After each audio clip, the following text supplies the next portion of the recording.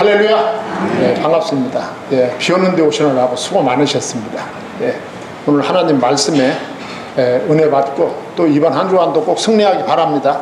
예, 오늘 말씀은 로마서 8장 18절로 27절 말씀 읽었습니다. 사도 바울이 고린도에서 이 로마서를 기록해가지고 로마에 보낼 때 언제쯤이냐 하면 그 예수님이 이 땅에 오셔서 33년을 사셨죠. 33년 사시고 십자가에서 대속의 죽음을 죽으시고 3일 만에 부활하시고 그리고 40일 후에 승천하셨죠. 예, 그때로부터 한 20여 년 후의 일입니다. 예, 그러니까 주후 한 56, 7년 경에 사도 바울이 이 편지를 써서 이 로마의 성도들에게 보낸 것입니다. 그래서 그때 당시는 뭐 지금도 마찬가지지만 이 기독교를 믿는다고 하면 가는 곳마다 엄청 핍박을 받았습니다. 왜 그러냐면 예수님을 믿으면 자기가 지금까지 살아오던 삶의 방식을 그냥 완전히 180도 바꿔야 되기 때문에 상당한 저항에 부딪히게 됐던 것이죠. 예. 우상숭배 하던 사람이 예수 믿으면 우상숭배 하면 안 된다 이렇게 되니까 가는 곳마다 이 기독교회가 엄청난 저항에 직면하게 됩니다. 예. 초기 기독교회가 그랬어요. 지금도 그렇지만 이 초기 기독교회가 얼마나 큰 시련에 봉착해 있었는지 모릅니다. 그래서 이 사도들이 볼 때에는 이런 시련에도 불구하고 이 신자들이 정말 견딜 수 있을 것인가 하는 부분에 대해서 상당히 염려를 했던 거죠. 예. 초대교회 사도들이 그랬단 말이죠. 예. 이렇게 큰 시련을 극복하고 과연 이제 막 신앙생활 시작한 저분들이 계속 신앙을 이어갈 수 있을 것인가 하는 부분에 대해서 확실하게 초대교회가 답을 갖지 못해서 이제 오늘 본문 말씀은 그들을 격려하는 말씀입니다. 이제 막 신앙생활 시작한 그 초대 기독교 성도들을 격려하고 그들을 위로하고 그들에게 소망을 심어주는 장면이 바로 본문 말씀입니다. 그 말이죠. 근데 저는 오늘 1, 2부 때도 말씀을 드렸지만 참 그 신비로운 것은 우리가 이제 한국교회도 1970년대, 80년대에 막 한국교회가 이렇게 갑자기 그 교회 안에 그 기독교 인구가 확 불어난 거예요. 7, 80년도 그 한 30년 어간에 기독교 인구수가 막 폭발적으로 증가를 했습니다. 그런데 그 기간 동안에 한국 기독교의 메시지가 뭐였느냐 하면 예수 믿으면 복 받는다는 거였어요. 예, 그렇죠? 예수 믿으면 이 세상에서 잘 된다. 예수 믿으면 건강해진다. 예수 믿으면 돈도 많이 번다. 이런 식으로 이런 식으로 막 부풀리니까 막 사람들이 말도 안 나오네. 사람들이 막 흥분이 돼가지고 막 교회에 몰려오게 된 거예요. 예.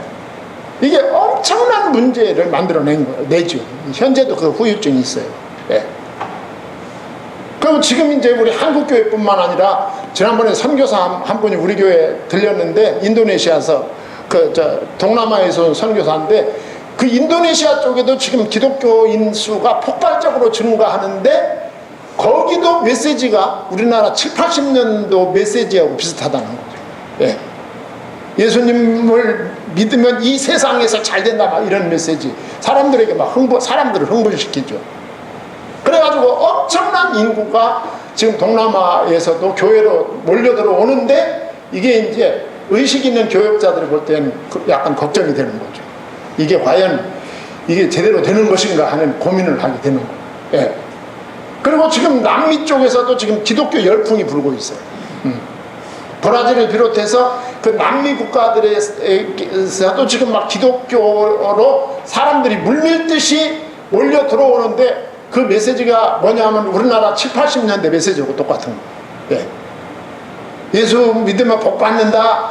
예수 믿으면 뭐 건강도 좋아진다. 뭐 예수 믿으면 사회적으로 성공한다. 이런 메시지가 지금 남미 쪽에서 수많은 사람들을 이제 교회로 몰려들어오게 하는 거죠. 물론 성경에도 그런 내용이 없지는 않습니다. 예. 없지는 않은데 그게 이제 기독교가 선포하는 그게 핵심 메시지가 아니다 그거죠. 그런데 이제 제가 지금 신비롭다고 하는 것은 초대교회 사도들은 그런 말하자면 적극적 사고방식이나 또 뭐 세상에서의 그 축복을 준다는 그런 메시지가 아니었어요. 오로지 복음만 증거했습니다. 예. 그런데 사람들이 그 핍박을 무릅쓰고 신앙생활을 하는 그런 사람들의 숫자가 기하급수로 늘어가고 있었다는 거죠. 그 핍박을 무릅쓰고. 이건 정말 놀라운 것입니다. 예. 하나님의 놀라운 은혜죠. 그래서 사도 바울이 첫째로 18절에서 그들을 격려하는 거예요. 18절 말씀. 예. 자, 18절 말씀은 두 가지로 정리가 됩니다. 그리스도인으로 산다는 것은 현재에는 고난이다. 예. 그러나 장래에는 영광이다. 이 두 가지로 딱 설명을 하는 겁니다. 예. 그래서 성도의 현재의 삶은 고난이다. 생각하건대 현재의 고난은 그래서 현재의 고난. 그리스도인의 삶이라고 하는 것은 이 세상에서 상당히 고난받는 삶이다. 실제로 고난받는 삶이었습니다. 역사적으로 볼 때 로마 제국과 유태인들의 핍박으로 말미암아 기독교인들이 말할 수 없는 고통을 당했습니다. 성경에 다 나와 있잖아요. 여러분 로마 시대의 기독교가 얼마나 핍박이 심했으면 기독교 신자들이 그 카타콤이라고 하는 지하 무덤 속에 들어가서 비밀리에 예배를 드렸겠어요. 그 지하 무덤 속에까지 들어가서 예배를 드릴 만한 교인들이 그 핍박 속에서도 계속 생겨나고 있었다. 저는 이게 신비로운 하나님의 역사다 그 말이죠. 예. 사람들은 다 편한 것을 추구하고 이 세상에서 물질적인 것을 추구하고 이 세상에서 권력을 얻는 것을 추구하지 않습니까? 예. 그런데 초기 신자들 가운데는 그 모든 것을 버리고 카타콤 속으로 무덤 속으로 비밀리에 하나님 앞에 예배드리기 위해서 찾아가는 사람들이 있었다는 것이죠. 예. 이런 고통을 당하고 있었어요. 제가 가끔 말씀드리지만 네로 왕자 같은 사람은 로마 시내의 그 빈민가에다 불을 지르고 그 방화 혐의로 기독교 신자들을 발표를 해버린 거예요. 예. 그 무슨 의도냐 하면 자기 손 대지 않고 로마 시민의 손을 빌려서 기독교 신자들을 로마 사회에서 그냥 멸절시키려고 했던 전략이죠. 여러분 우리가 바꿔 생각하면 이런 환경 속에서 우리가 주님을 믿을 수 있겠습니까? 장담할 수가 없죠. 예. 초기 기독교 신자들이 이런 박해 속에서 예. 사람들의 미움과 불이익을 끊임없이 당합니다. 예수 믿으면 직장이 없어지는 거예요. 예. 예수 믿으면 국가가 인정하는 모든 공적 직업을 가질 수가 없어요. 예. 다 박탈당합니다.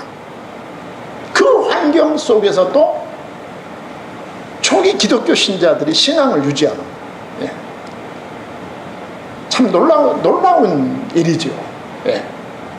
근데 이게 그 당시만 그런 게 아니라 이건 시대를 초월해서 양상은 좀 다르지만 우리가 정말 복음적인 신앙생활을 한다면 이런 시련들이 좀 다른 양상으로 현대를 사는 우리들에게도 얼마든지 있을 수 있는 일이다 그 말이죠. 예. 그리고 영적으로도 마찬가지입니다. 내가 예수님을 영접하고 그리스도인으로 살아가면 세 가지 싸움에 직면합니다. 내가 예수님을 구주로 영접한 순간 나는 하나님의 자녀가 됩니다. 그렇지만 하나님의 자녀가 되는 순간 나는 세 가지 싸움에 직면하게 된다. 첫째는 내 신앙을 반대하는 마귀와의 싸움입니다. 내 신앙을 방해합니다. 예. 내가 신앙생활을 지속하지 못하도록 이 마귀 흑암 세력이 끊임없이 나를 흔듭니다. 이것과 싸워야 돼요. 둘째는 세상과의 싸움입니다. 이 세상이 내가 신앙생활 하는 거를 좋아하지 않습니다. 예. 그리고 자기와의 싸움입니다. 예. 이 세 가지 싸움을 끊임없이 해야 된다 그 말이죠. 그래서 사도 바울은 바로 앞장 로마서 7장 끝부분에서 뭐라고 말합니까? 오호라 나는 곤고한 사람이로다. 이 사망의 몸에서 누가 나를 구원하랴 그렇게 탄식합니다. 예. 자, 이런 환경 속에서 성도들이 신앙생활 하고 있는 거예요. 그러니까 여러분, 부모는 언제나 자식에 대해서 걱정이 되죠. 부모는 자식이 60이 돼도 걱정입니다. 예. 걱정이에요. 길 가다 넘어질까봐 걱정이고, 건널목 잔을 건널까 걱정이고, 부모는 언제나 목숨이 있는 한은 자식을 위해서 걱정하듯이 교역자는 성도에 대해서 걱정하게 돼 있어요. 그 사도 바울이 그런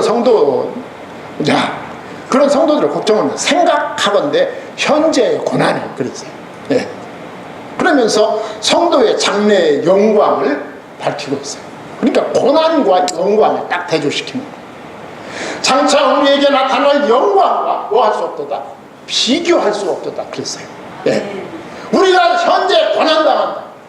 내가 그리스도인이기 때문에 말할 수 없는 고난을 당하지만 내가 그리스도인이기 때문에 앞으로 누려야 될 영광을 생각하면 그 고난과 비교할 수가 없다. 예. 고난당하는 성도들에게 주어질 약속이 뭡니까? 장차 나타날 영광입니다.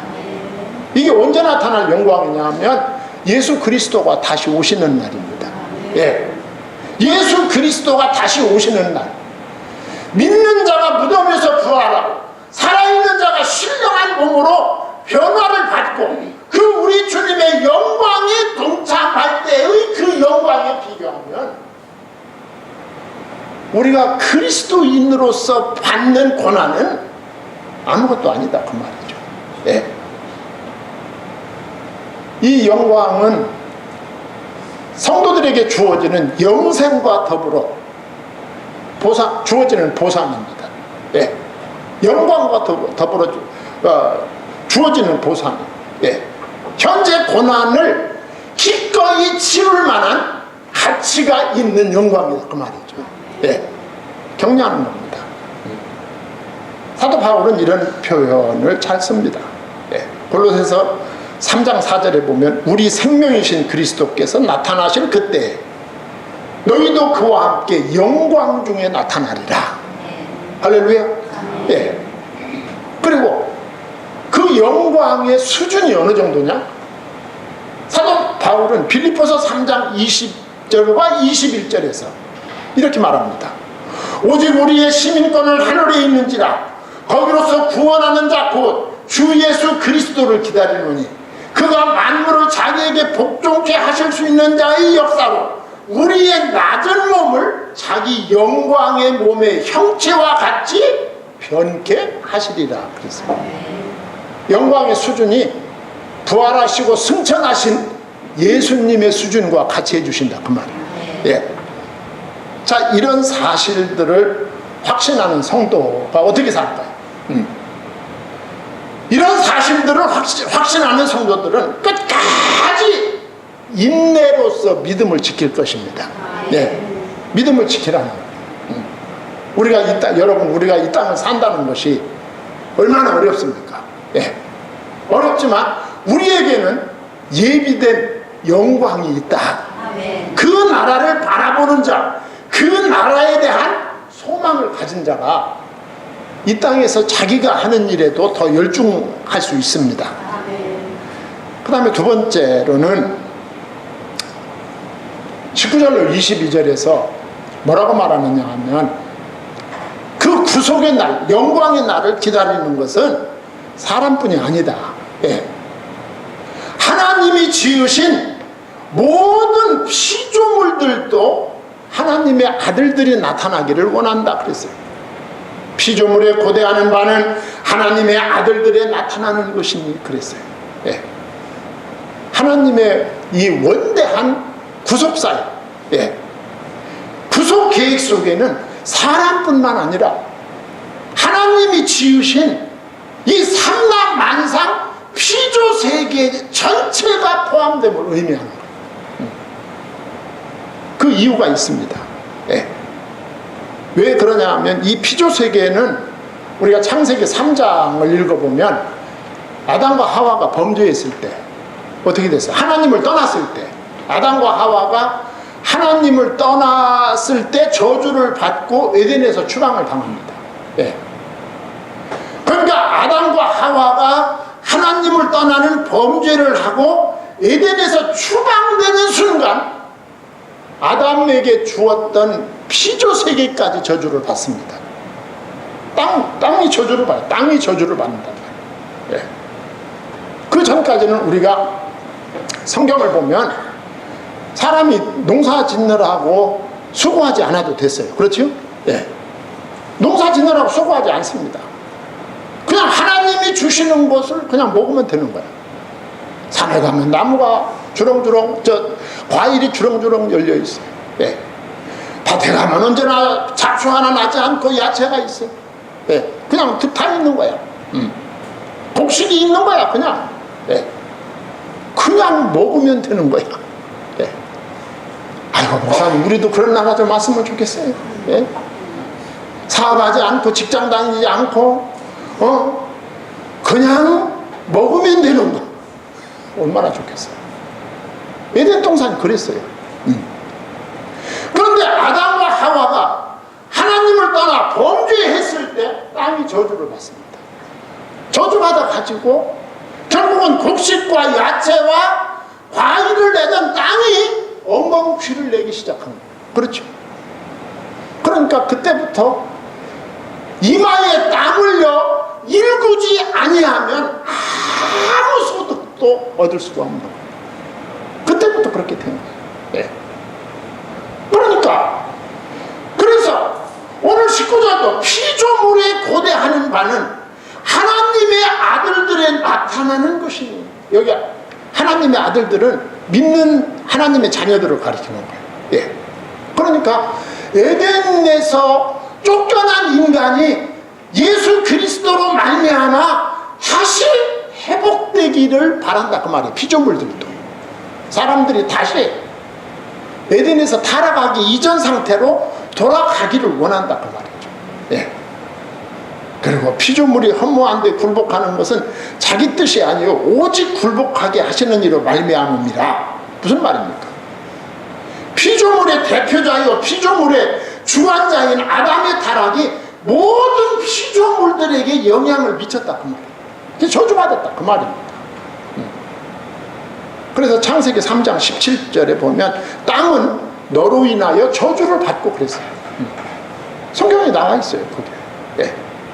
그리고 이사야서 24장 6절에 보면 그들이 율법을 범하여 율례를 어기며 영원한 언약을 파하였습니다. 그러므로 저주가 땅을 삼켰고 그랬어요.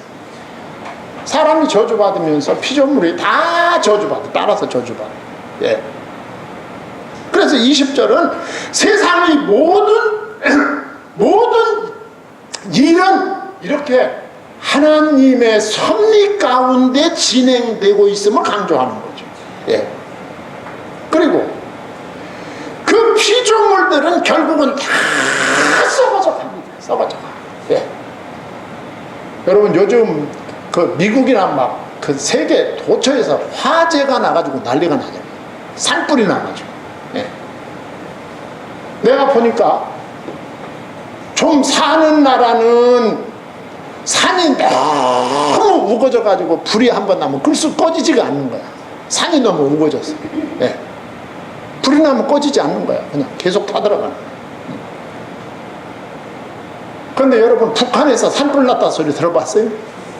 거긴 불 날 게 없어요. 산에 나무가 하나도 없으니까. 예. 못 사는 나라는 다 베내고 쪄내고 해가지고 결국은 불 날 게 없어서, 결국은 탈 게 없어서 불 안 나는데 불 날 것도 없는 거예요, 거기 또. 예. 인간의 삶이라는 게 참 완전한 게 없구나. 예. 그걸 느끼겠더라.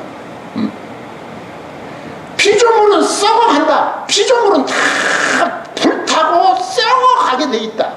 그 바라는 것은 피조물도 21절 썩어짐의 종노릇한 데서 해방되어 하나님의 자녀의 영광의 자유에 이르는 것이니라. 그래서 피조물은 다 불타고 썩어져 가지만 썩어져 가기 때문에 사람뿐만 아니라 피조물까지도 그 불탕과 썩어짐으로부터 해방되기를 원한다 그 말이죠. 피조물까지도 원한다. 우리들만 그런 게 아니라 피조물까지도 그런다. 그러면서 하나님의 자녀들의 영광의 자유에 이르는 것이니라. 영광의 자유가 나옵니다. 우리 성경에 보면 여러 가지 자유가 있어요. 예. 내가 예수님을 영접하는 순간 죄와 저주에서 해방됩니다. 해방. 예. 이게 영적 자유입니다. 죄의 권세에서 해방되는 영적 자유야. 이것도 굉장히 소중하죠. 소중한 자유입니다. 또 이 땅에서 살다가 언젠가는 세상을 떠나갑니다. 다 세상 떠나가게 돼 있어요. 설마 나도 가랴 싶지만 갑니다. 네. 제가 가끔 말씀드리잖아요. 제가 전도사, 부목사로 이렇게 섬기던 목사님하고 무슨 얘기를 좀 하고 싶을 때가 있어요. 그런데 지금 한 분도 안 살아계세요. 한 분도 안 살아계실 뿐만 아니라 내 차례가 됐네. 네. 이렇게 되는 거예요. 다 가게 돼 있어요. 네. 죽는 순간 어떻게 됩니까? 우리는 육체로부터 우리의 영혼이 자유함을 얻습니다. 그 육체로부터의 자유야. 네. 내가 이 세상에서 누구든지 육체로부터 자유해지는 그 자유도 소중합니다. 얼마나 소중합니까? 믿는 사람은. 네. 그런데 오늘 21절에 나와 있는 하나님의 자녀들의 영광의 자유는 그 정도가 아니다. 네. 그 정도가. 내가 예수 영접하고 죄의 권세에서 해방되는 영적 자유나 내가 육체적 생명이 다하고 육체로부터 자유함을 얻는 그런 자유 정도가 아니다. 네. 오늘 영광의 자유는 우리 주 예수 그리스도의 재림의 날에 우리의 낮은 몸이 영광의 형체로 변케되는 영광의 자유입니다. 그건 완전한 자유입니다. 예. 그리고 영원한 자유입니다. 세상은 인간을 위해서 하나님이 만드셨어요.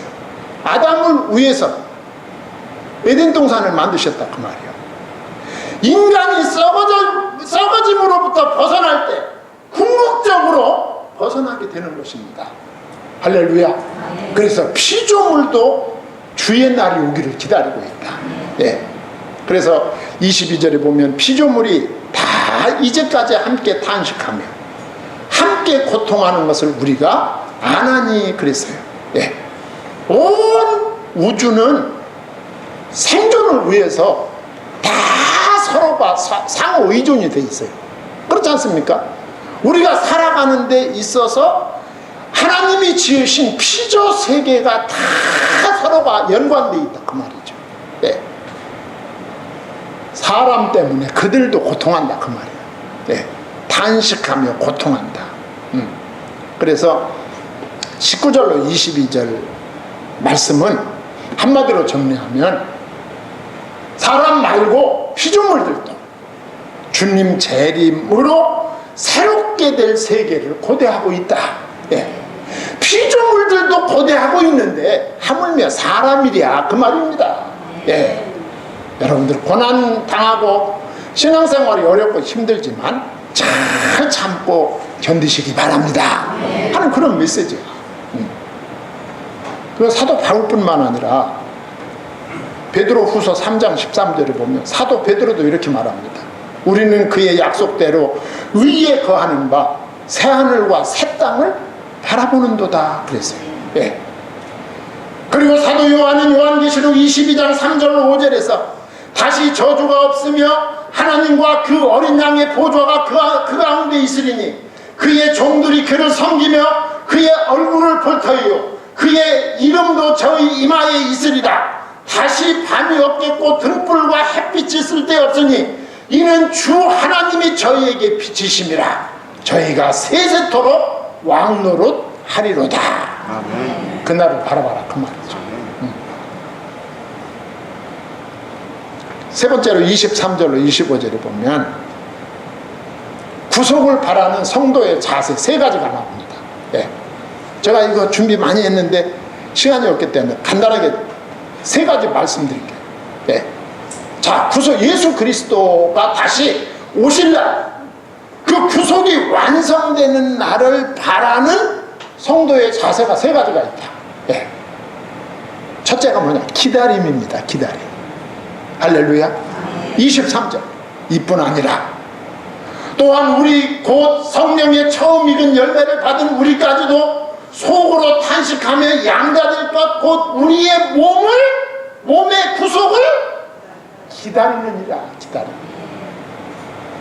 어렵고 힘들 때 주님 다시 오심을 기다리시기 바랍니다. 네. 그게 우리의 꿈이지요. 꿈. 네. 그날이 완성되는 거예요. 우리가 이 땅에 사는 동안에 얼마나 어려운 일이 많습니까? 힘든 일이 얼마나 많아요. 예. 그러나 그 어려움, 그 힘듦, 또 핍박과 시련 어떻게 이길 수 있느냐? 주님의 날을 기다림으로 이길 수 있어요. 그 다음에 두 번째 자세가 뭐냐면 소망입니다. 24절. 다 같이 한번 읽을까요? 우리가 소망으로 구원을 얻었으며 보이는 소망이 소망이 아니니 보는 것을 누가 바라리요. 그랬어요. 하나님의 나라를 소망하는 거예요. 예. 성도는 보세요. 우리가 소망으로 구원을 얻었으며 이게 무슨 말이냐면 성도는 믿음으로 구원을 얻었고 소망 중에 살아간다 그런 의미입니다. 예. 우리는 믿음으로 구원 얻었어요. 믿음으로 구원 얻은 성도는 어디를 소망하고 살아가요? 하나님의 나라를 소망하며 살아가요. 예. 이 땅에는 참 시련이 많지만 예. 그 나라를 바라보며 살아가는 거죠. 예. 그 나라를 바라보며 보이는 것은 소망이 될 수 없다 그랬어요. 하나님의 나라는 우리 육안으로 볼 수 없어요. 볼 수 없기에 우리는 그게 소망이 되는 거예요. 그리고 세 번째 자세가 25절에 인내입니다. 인내. 25절도 다 같이 한번 읽을까요? 만일 우리가 보지 못하는 것을 바라면 참음으로 기다릴지니라. 할렐루야. 참는 거예요. 네. 많은 시련이 있지만 시련은 영원한 것이 아니다. 그렇게 밝혀주고 있죠. 시련은 영원한 것이 아니다. 고난과 핍박은 영원한 것이 아니다. 괴롭기는 하지만 그건 영원한 것이 아니다. 한시적인 것이다. 예. 성도의 소망을 이루는 순간까지 세상에서의 고난을 참아야 된다. 조바심하지 말고 아주 넉넉하고 느긋하게 기다릴 수 있어야 된다. 아멘. 라고 하는 걸 보여줍니다. 세 가지가 뭐라고 했죠? 첫째가 기다림. 금방 했는데 또 잊어버려요. 기다림. 두 번째가 소망. 세 번째가 인내. 할렐루야. 이 세 가지. 암기 못해도 세 가지는 하겠어. 또 물어보면 또 딴 데 쳐다보겠죠. 자, 그러면 이제 결론 내립니다. 이 세 가지를 어떻게 유지할 수 있는가? 26절로 27절이 그 답입니다. 이 세 가지 자세를 어떻게 유지하고 승리할 수 있는가? 누구의 도우심으로? 성령의 도우심으로. 할렐루야. 네. 성령의 도우심으로. 예. 26절에 구속을 기다리는 성도, 예수님의 다시 오심을 기다리는 성도는 성령의 도움을 받습니다. 아멘. 이와 같이 성령도 우리의 연약함을 도우시나니 우리가 마땅히 빌 바를 알지 못하나 오직 성령이 말할 수 없는 탄식으로 우리를 위하여 친히 뭐 하시느니라? 간구하시느니라. 아멘. 여러분이 연약해서 슬퍼할 때, 괴로워할 때, 아파할 때 성령께서 여러분들을 위해서 기도해 주신답니다. 아멘. 네. 기도해 주신다. 27절에 마음을 감찰하시는 이가 성령의 생각을 아시나니 이는 성령이 하나님의 뜻대로 성도를 위하여 간구하십니다. 그래서 아무 기도나 응답되는 것이 아니고 하나님의 뜻대로 한 기도가 응답되는데 성령께서 하나님의 뜻대로 우리를 위해서 간구해 주신답니다. 여러분들은 그 기도 응답으로 여기까지 왔습니다. 기도하겠습니다. 하나님 아버지, 하나님의 은혜와 사랑을 감사드립니다.